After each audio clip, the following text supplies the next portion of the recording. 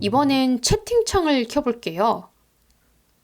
이 화상회의 프로그램은 마이크가 여러 대 작동될 경우에 사실상 대화가 어려워서 이 채팅을 활발하게 활용하게 되는 거죠. 네, 보시다시피 채팅 대상을 모두에게로 설정하시고 전체에게 알림 공지 메시지를 보낼 수가 있고요. 또 수신자를 참여자 누군가의 이름을 클릭해서 그분과 1대1 개인 메시지를 주고받을 수도 있습니다.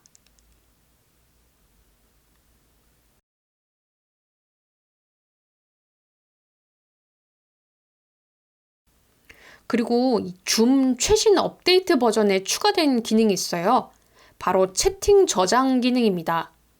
이 수신자 선택한 이 오른쪽 끝에 있는 3점 버튼을 누르면 네, 채팅 저장 보이시죠? 요걸 클릭하면 제가 주고받았던 메시지 파일을 메모장 파일로 백업할 수가 있어서 아주 유용할 때가 많은 것 같아요. 예, 참고해 주세요.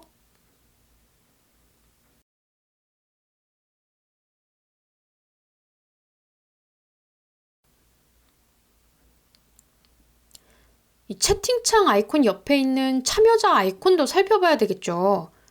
누가 이 자리에 함께하고 있는지 알아보고 싶을 때 주로 클릭하게 되는데요. 가끔 동호회 활동의 경우 제 실명보다는 닉네임이 더 좋을 때가 있어서 이름을 바꾸고 싶을 때가 있는 거죠. 그럴 땐 이 참여자 목록에 있는 제 이름 위에다가 마우스를 올리고 그때 보이는 더보기 아이콘을 클릭하면 네, 이름 바꾸기 메뉴가 보이죠. 여기에서 글씨 수정하고 확인 버튼 누르면 되겠습니다.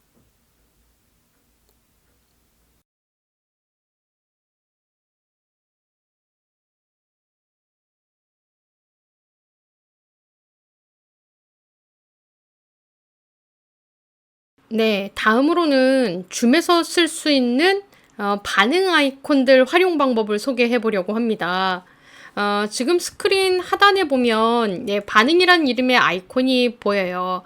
이 버튼을 클릭해 보면 손바닥 짝짝하는 버튼, 엄지척 버튼도 있고요. 폭죽이 빵빵 터지는 버튼도 있습니다. 이 버튼들을 눌러보면은 네, 보시다시피 누른 사람 스크린 왼쪽 상단에 방금 클릭한 버튼들이 이렇게 떠요. 다른 사람들과도 좀 나눌 수 있는 약간 비언어적 아이콘이라고 해야 할까요? 이런 것들 통해서 서로 좀 수고의 인사를 나누기도 하고 기쁜 마음을 좀 전달해 볼 수도 있지 않을까 싶습니다. 당연히 이 버튼은 손들기 기능도 탑재가 되어 있어요.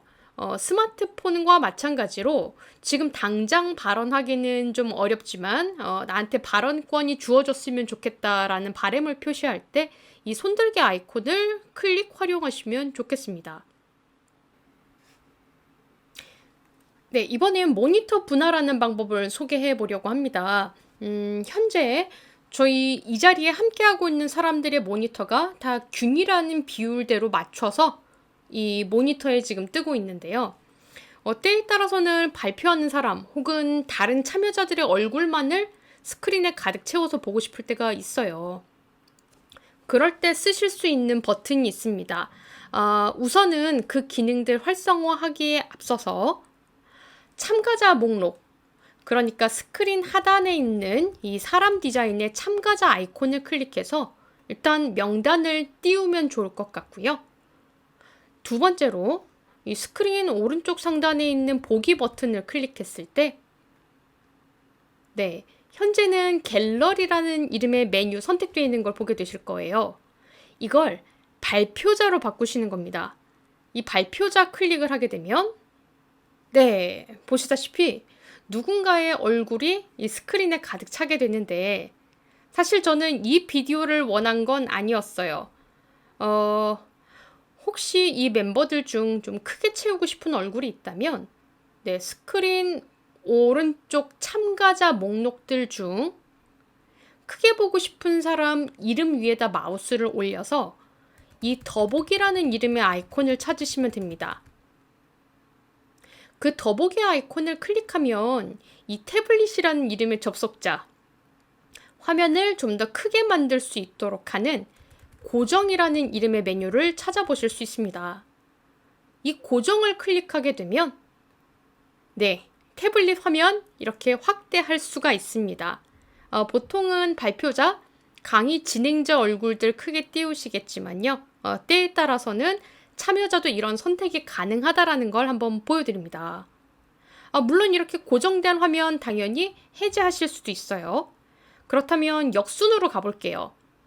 우선은 해제하고 싶은 사람, 참가자 목록 창에 뜬 그 해제하고자 하는 사람 이름 위에다 마우스를 올리고 그때 확장되는 더보기 버튼을 클릭해서 아까와는 반대로 고정된 영상 제거 버튼을 클릭하시면 됩니다. 요거 누르고 나서는 두 번째, 화면 오른쪽 상단에 있는 보기 버튼을 눌러서 이제 발표자가 아닌 갤러리 아이콘을 클릭을 해준다면 다시 초기 화면으로 돌아갈 수 있다는 것 한번 소개해 봅니다.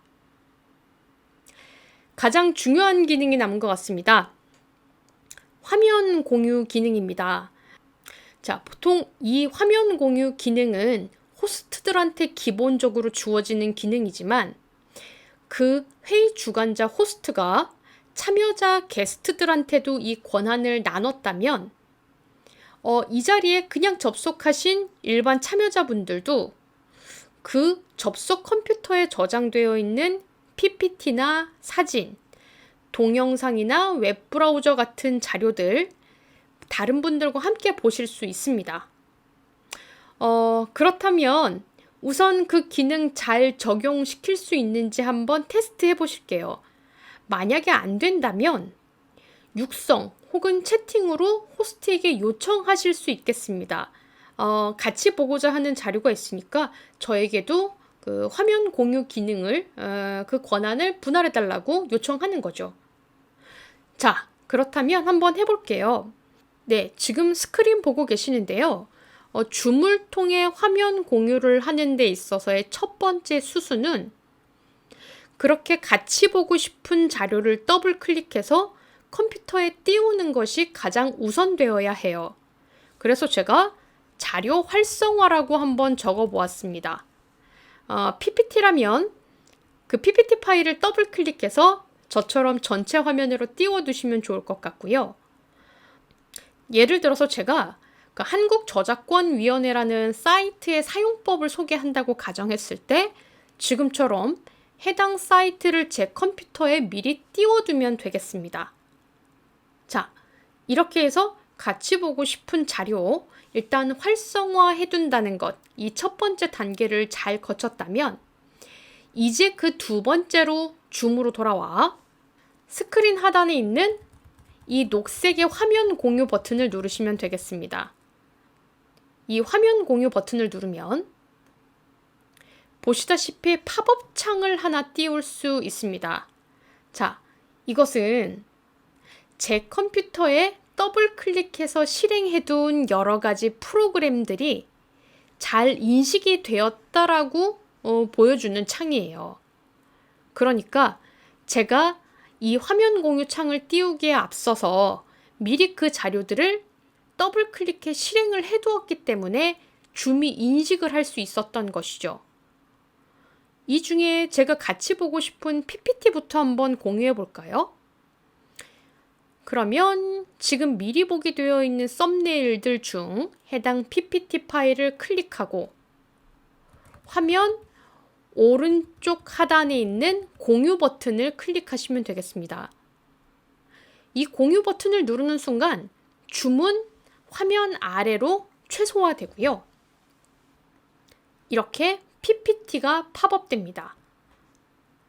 네, 지금 상단에 화면 공유 중입니다 라는 이런 녹색 글씨를 보게 되면 이 화면 다른 접속자분들도 함께 보고 계시다고 가늠하셔도 괜찮겠습니다. 그러면 이 상태에서 이제 PPT 화면 전환해가며 그러니까 위아래 페이지 이렇게 넘겨가면서 필요한 내용들 소개하시면 되겠습니다. 네, 마침 이렇게 해서 PPT 화면을 다 봤다고 가정할까요?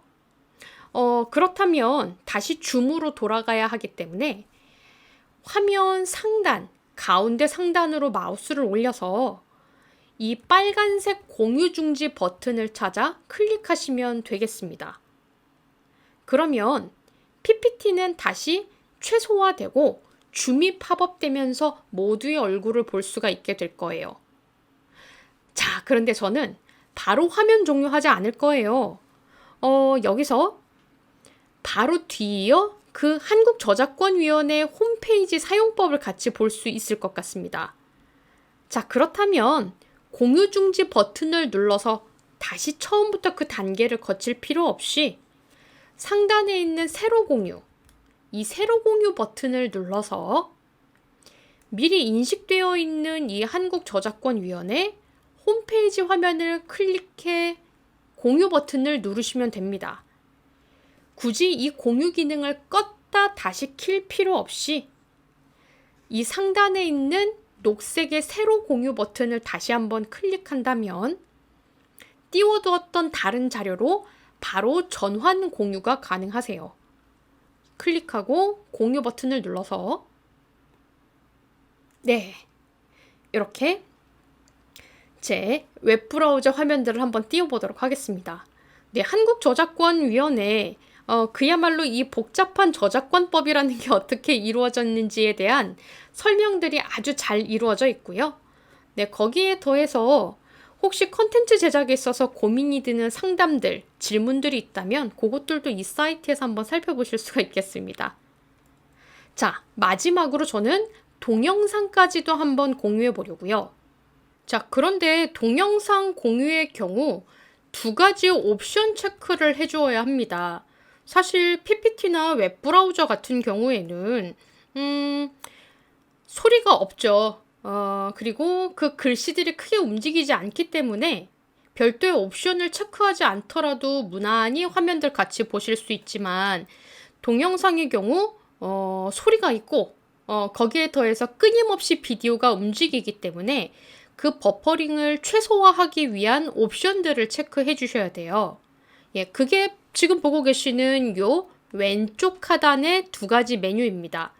일반 문서나 웹브라우저 공유하실 때는 체크를 해제하는 거 권해드리지만 동영상 보실 때 있어서만큼은 반드시 컴퓨터 소리 공유와 비디오 클립으로 최적화 이 두 개의 메뉴를 체크하신 후에 공유 버튼을 누르셔야 할 겁니다.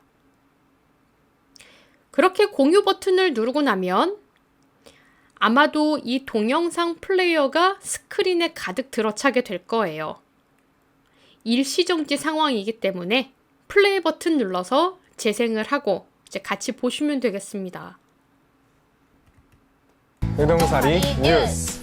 안녕하세요. 두 번째 에피소드로 찾아온 우동사리 뉴스의 김지섭, 정예슬입니다. 이렇게 동영상을 틀었을 때에는 이 화면 자체가 공유되는 것이기 때문에 이제는 앞부분에서부터 볼 필요 없이 필요한 부분들 이렇게 내용 스킵해가며 모니터 하실 수도 있겠습니다. 다 보고 나신 후에는 일시정지 버튼 누른 후에 스크린 상단에 있는 공유 중지 버튼을 눌러서 화면 중지해 주시면 되겠습니다. 자, 이렇게 해서 이 줌 활용 교육 관련 기초 강좌 이 첫 번째 영상은 마무리하도록 하겠습니다. 지금까지는 주로 주어진 환경에 맞춰서 접속을 하고 그 안에서 쓸 수 있는 소소한 기능들 위주로 살펴봤다면요. 두 번째 이어지게 될 영상은 그야말로 회의 주관자, 호스트가 돼서 이 안에 곳곳에 숨겨져 있는 세부 옵션들을 한번 살펴볼 수 있을 것 같습니다. 좀 더 섬세하게 이 안에 있는 기능들 좀 다방면으로 활용해보고자 하시는 분들은 그 2편 영상도 같이 봐주실게요. 수고 많으셨습니다.